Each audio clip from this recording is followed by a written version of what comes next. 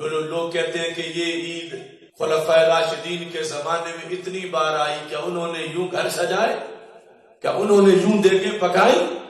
کیا انہوں نے یوں جلسے کیے؟ تو نہیں کیے تو کیا تم بڑے عاشق آ گئے ہو ان سے؟ تو میں پوچھتا ہوں کہ امام بخاری نے جو کچھ کیا، کیا خلفائے راشدین نے بھی کیا؟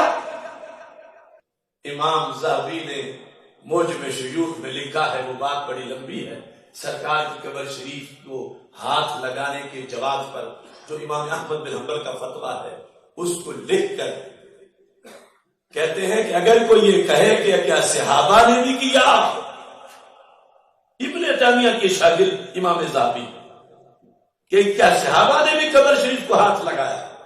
کہا یہ دلیلیں تو علیحدہ نے لگایا، لیکن ہوش کرو سوال کرتے ہوئے جنہوں نے ہاتھ چوما ہو سرکار کا، وہ قبر کو نہ بھی لگائیں تو وہ تو گزارا کر سکتے ہیں۔ جنہوں نے سرکار دو عالم صلی اللہ علیہ وسلم کا لعاب دہن خود لے کے ماتھے پہ لگایا ہو، وہ تو سرکار کی قبر کو ہاتھ نہ لگائیں پیار سے اور نہ چومے تو گزارا ہو سکتا ہے۔ اور جنہوں نے روزانہ اپنے نبی علیہ السلام کا اپنی آنکھوں سے دیدار کیا ہو، وہ یہ کام نہ بھی کریں تو ان کا تو گزارا ہو جائے گا، کیونکہ وہ اس سے اگلی سٹیج پر ہے۔ اور کہتے ہیں اور ہم جب ہم نے نہ دیدار کیا، نہ ہم نے لعاب دہن لیا، نہ سرکار کے ہاتھوں سے روح مبارک تقسیم ہوتا حاصل کیا، تو کہتے ہیں کہ ہم صرف قبر کو چومیں گے ہی نہیں، ہم تو قبر نبی سے معانقہ بھی کریں گے۔ پھر اس وقت جب ابھی 4 دیواریں نہیں ہوتی تھیں، ہر بات پر یہ نہ کہو کہ کیا صحابہ نے بھی یوں کیا تھا، کہ صحابہ کا صحابہ ہونا بھی دیکھو اور اپنا غیر صحابی ہونا بھی دیکھو۔ ہم بڑے عاشق نہیں ان سے، یہ ہماری کمزوری ہے۔ امام بخاری کہتے ہیں ما وضعت فی کتاب صحیح حدیثا الا اتصلت قبل ذلك وصلیت رکعتین۔ وہ امام بخاری کو منکرین میلاد بھی امام مانتے ہیں۔ انہوں نے بخاری لکھنے میں جو اپنا طریقہ بتایا ہے وہ نہ قرآن میں ہے، نہ سنت میں ہے، نہ خلفائے راشدین کا طریقہ ہے، نہ صحابہ کرام کا طریقہ ہے۔ انہوں نے نیا گھڑا ہے، لیکن اتنا نیا طریقہ گھڑ کے بھی وہ بدعتی نہیں ہوئے، پھر بھی سنی ہی رہے ہیں۔ وہ کیا طریقہ تھا؟ کہتے ہیں میں نے ہر حدیث سے پہلے غسل بھی کیا اور 2 رکعت نفل بھی پڑھے، پھر میں نے حدیث لکھی۔ 16 سال لگ گئے صحیح بخاری لکھتے ہوئے، اور یہ بات ناقابل تردید بات ہے۔ سارے منکرین نے بھی اپنی شروحات میں بھی لکھ لیا اس کو۔ امام ذہبی نے لکھا اور ابن حجر اسقلانی نے لکھا، فتح الباری میں ہے، سیج الاعلام النبلاء میں ہے کہ امام بخاری اس لیے 16 سال لگ گئے کتاب لکھنے میں کہ ہر حدیث سے پہلے غسل کرتے تھے اور 2 رکعت نفل بھی پڑھتے تھے۔ اب یہ کوئی چھوٹی بات نہیں ہے، ایک حدیث لکھیں سردی کے موسم میں، پھر غسل کریں، پھر آئیں، پھر 2 نفل پڑھیں، پھر ایک لکھیں، پھر جائیں۔ کبھی صحت، کبھی مرض، کبھی سفر، کبھی حزن، کبھی کوئی صورتحال، کبھی کوئی صورتحال ہے۔ وقت کا امام المسلمین اور کام کر رہا ہے وہ جس کا ذکر قرآن میں بھی نہیں، سنت میں بھی نہیں، صحابہ سے بھی ثابت نہیں، کام نیا بھی ہے اور ثواب سمجھ کے بھی کیا جا رہا ہے، بلکہ پوری نئی نماز ہی بنا لی گئی ہے۔ ہم نے تو آج تک کوئی صلاۃ المیلاد نہیں بنائی کہ 2 رکعت نماز نفل برائے میلاد، خصوصی طور پر اگرچہ کوئی 1000 پڑھے، لیکن انہوں نے تو 2 رکعت نماز برائے کتابت حدیث بنا لی ہے کہ میں نے ہر حدیث سے پہلے لازم کر لیا اپنے اوپر۔ نماز کے لیے تو صرف وضو کافی ہے، لیکن حدیث کے لیے میں نے غسل کرنا ہے، اور پھر پہلے 2 رکعت نفل بھی پڑھنے ہیں۔ حالانکہ قرآن سے پوچھو کیا ایسا بھی حکم ہے قرآن میں کہ یا ایھا الذین آمنوا اذا کتبتم الحدیث فاغتسلوا وصلوا رکعتین، کہ اے ایمان والو جب حدیث لکھنے لگو تو تم پھر غسل کرو اور 2 رکعت پڑھو تب حدیث لکھو۔ یہ جو جملہ میں نے پڑھا یہ تو ویسے عربی کا پڑھا، یہ آیت کوئی نہیں قرآن میں، نہ یہ کوئی حدیث ہے، نہ یہ خلفائے راشدین کا کوئی فتویٰ ہے۔ تو پھر امام بخاری پہلے نمبر پر یہ کہ کیوں کر رہے تھے، کیا ثبوت تھا ان کے پاس، اور اگر ان کے پاس تھا تو پھر ہمارے پاس بھی ہے۔ یعنی یہ جو صحابہ کے پاس نہیں تھا، بعد والے بشرطے کے کام جائز ہو، قرآن و سنت سے ٹکرا نہ رہا ہو، تو وہ شریعت ہی ہے۔ جیسے یہ امام بخاری نے شروع کیا ہوا، اور اس کے اندر اس بات کا بھی سارا جواب ہے۔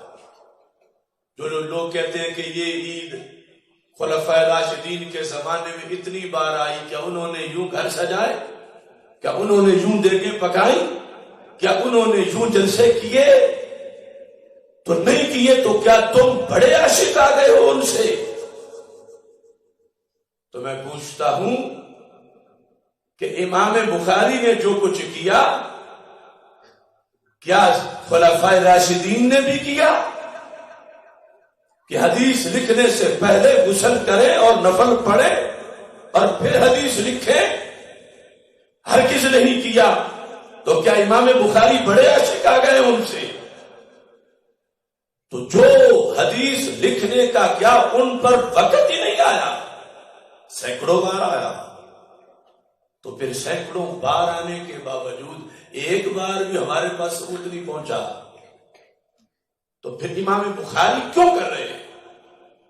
تو پتہ چلا کہ اللہ فرماتا ہے وَتُعَزِّرُوهُ وَتُوَقِّرُوهُ، کہ محبوب کا خوب ادب کرو، خوب احترام کرو۔ قرآن قانون کلی بیان کرتا ہے، احکام اس کلی سے ثابت کیے جاتے ہیں۔ تو ہمارے پاس تو جواب ہے کہ امام بخاری سنی ہے، لیکن جو ہمارے انداز کو چھوڑ کر بدعت کا فتویٰ لگانے والے ہیں، ان کی لیٹسٹ بدعت کی تعریف جو آج کل نجد میں بنی ہو، اس تک بھی امام بخاری بدعت سے نہیں بچ سکتے۔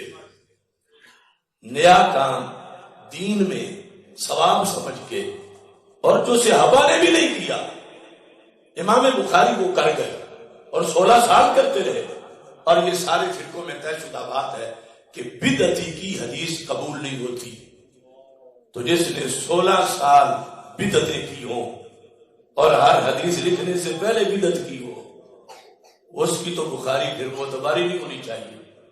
پھر یہ لوگ اپنا بخاری ڈھونڈیں، ان کے دین پر جو ان کا ہے قائم رہ کر وہ اس بخاری کی حدیث نہیں پڑھ سکتے۔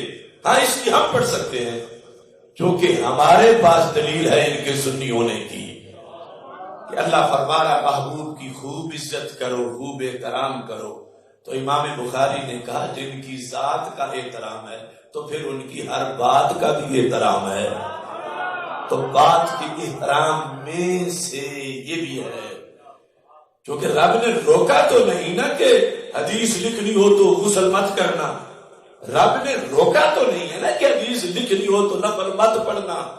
تو امام بخاری سمجھ گئے کہ یہ بھی ایک تعظیم ہے، اور قرآن سے ٹکرا نہیں رہی، حدیث سے ٹکرا نہیں رہی، لہذا وہ قرآن سے سمجھ گئے، حدیث سے سمجھ گئے، اور اس پر انہوں نے اپنے اوپر لازم کر لیا اس چیز کو۔ تو ہم بھی اسی پر ہیں کہ سرکار کے آنے کا موسم آیا ہے، اور سرکار کے میلاد کی گھڑی آئی ہے، سرکار کی آمد کا دن آیا ہے۔ محبت سے جلوس، محبت سے جلسہ، ریا نہ ہو، اور کوئی حرام کام بھی نہ ہو کہ وہ کہے میں یہ اس حرام کام سے میلاد منا رہا ہوں۔ ہم اس کے ذمہ دار نہیں، نہ ہمارا دین ایسے میلاد کی اجازت دیتا ہے۔ تو اس بنیاد پر یہ ادائے شکر قرآن کے حکم کے مطابق اور پھر صحابہ کے عمل کے مطابق چلتے چلتے اللہ کے فضل سے آج بھی یہ ورثہ رب نے اہل سنت و جماعت کو عطا فرمایا ہے۔ اب حضرت صدیق اکبر جس مقام پر تھے، امام بخاری 16 سال حدیث لکھ کے بھی اس کا کروڑواں حصہ بھی نہیں پا سکے، غسل کر کے بھی، نفل پڑھ کے بھی، لیکن ان کے دل میں تھا جب دیدار نبی نے ملا، جب سرکار دو عالم صلی اللہ علیہ وسلم کا لعاب دہن نہیں ملا، جب سامنے بیٹھ کے حدیث سننے کا موقع نہیں ملا، تو میں اس تصور میں کچھ وقت غسل میں گزاروں گا، کچھ وقت نفل پڑھتے گزاروں گا، کچھ وقت حدیث لکھتے گزاروں گا، تو مجھے اگر وہ زمانہ نہیں ملا تو کم از کم اتنا کر کے تو محبوب کی یاد میں اپنے آپ کو سکون بخشتا رہوں۔